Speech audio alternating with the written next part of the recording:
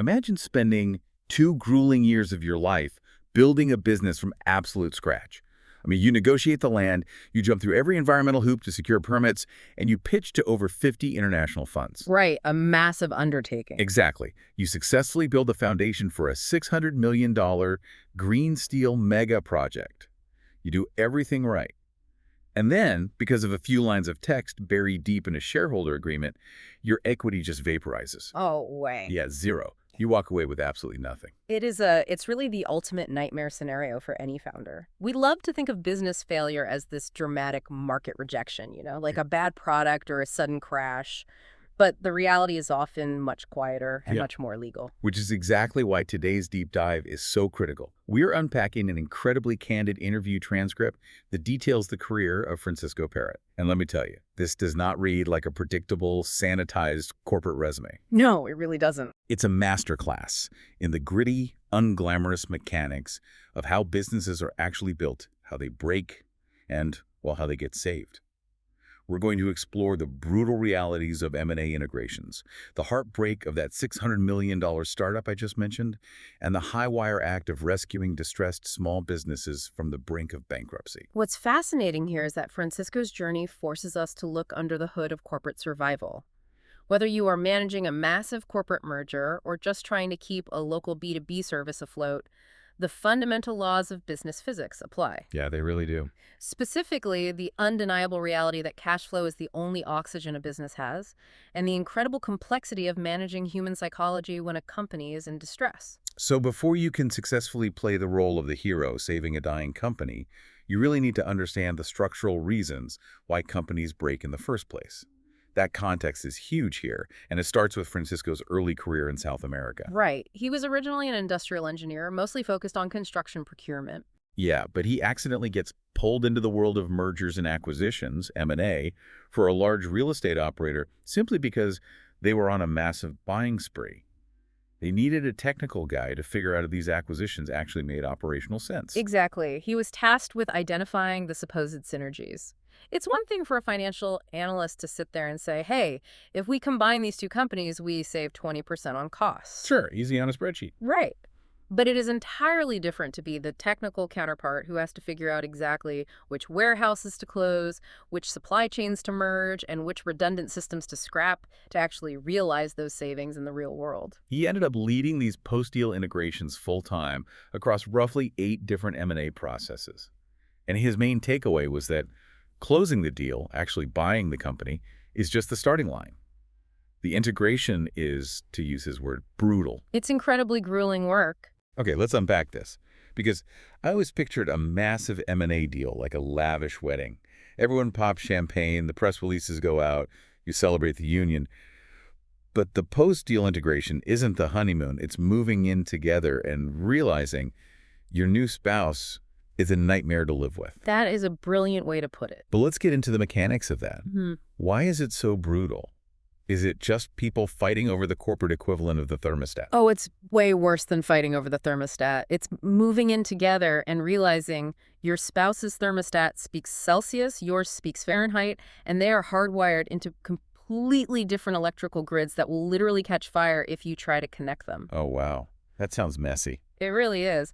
When smart people underestimate post-deal reality, it's usually because they view integration as just a math exercise.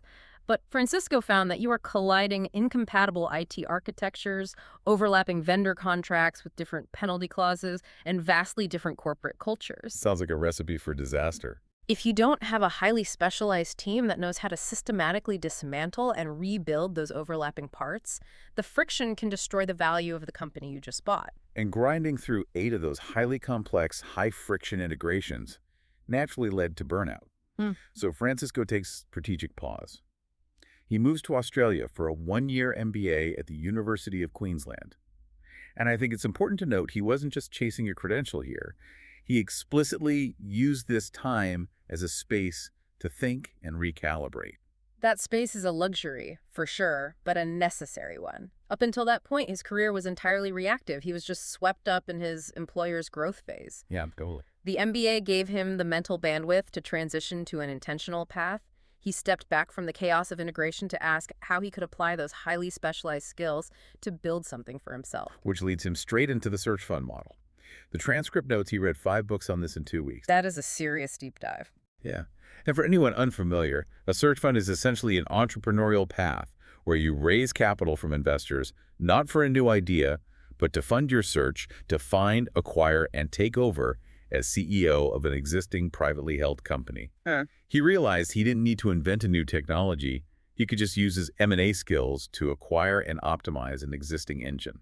It's really the perfect vehicle for someone with his exact background. He already knew how to diligence a company, identify operational fat, and navigate the messy reality of taking over an existing team. Exactly. But what's fascinating is how quickly this pivoted from academic theory back to a real-world fire drill. No kidding. Through a networking connection, a guy named Jake Nicholson, Francisco meets a searcher who had just acquired a B2B company and was immediately drowning in a working capital crisis. Just a total nightmare scenario for a new buyer. Right. The previous owner had essentially pulled money out of the business disguised as cash right before handing over the keys. Walk me through the mechanics of that. How does an owner just drain the company on their way out the door without the buyer noticing until it's too late? It happens more often than you'd think, and it's a classic working capital trap. Think of working capital as the water in the plumbing of a house. You need it constantly flowing to keep the pressure up, right? Okay, I follow. A deceptive seller can artificially inflate their cash balance right before a sale by aggressively collecting all outstanding invoices from clients early while simultaneously delaying paying all their suppliers for as long as possible. Oh, wow. So they just hoard the incoming cash and freeze the outgoing? Exactly. So on closing day, the bank account looks full. But the day after the new buyer takes over, there is no new cash coming in from clients because they've all paid early, and every single supplier is suddenly demanding 3 months of back payment. The plumbing runs totally dry. And because this searcher had just bought the company, they were maxed out on debt. When you use leverage to buy a business, the bank has already lent you every penny they are willing to risk.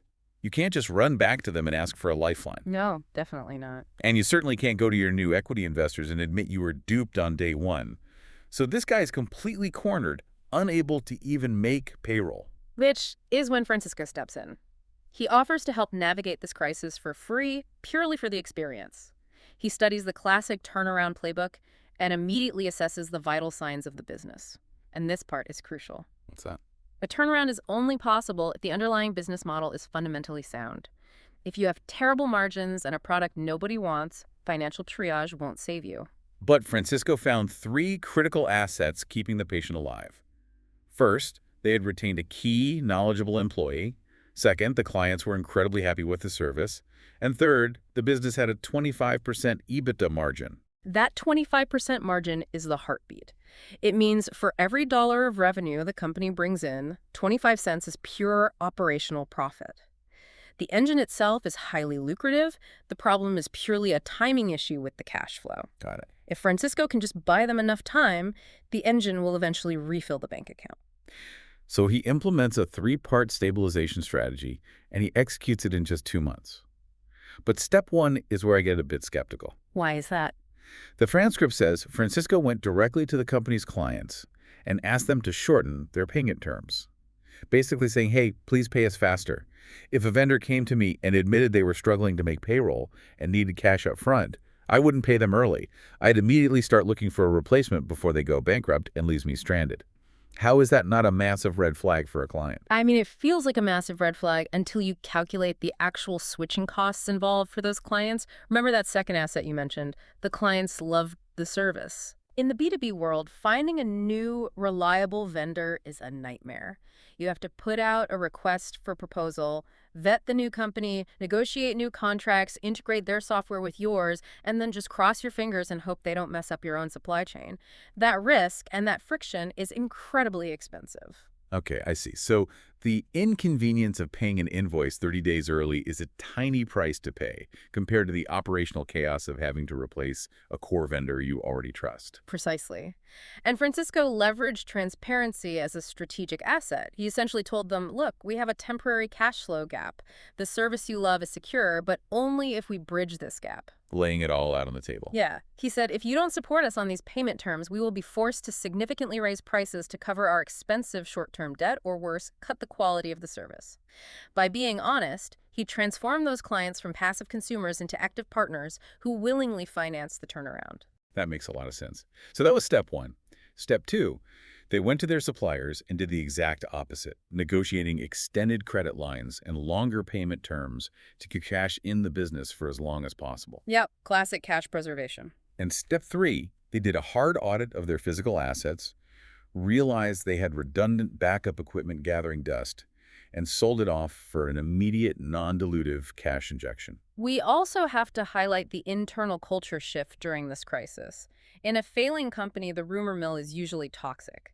Employees think they're going to lose their jobs, so they mentally check out or start interviewing elsewhere. Sure, self-preservation kicks in.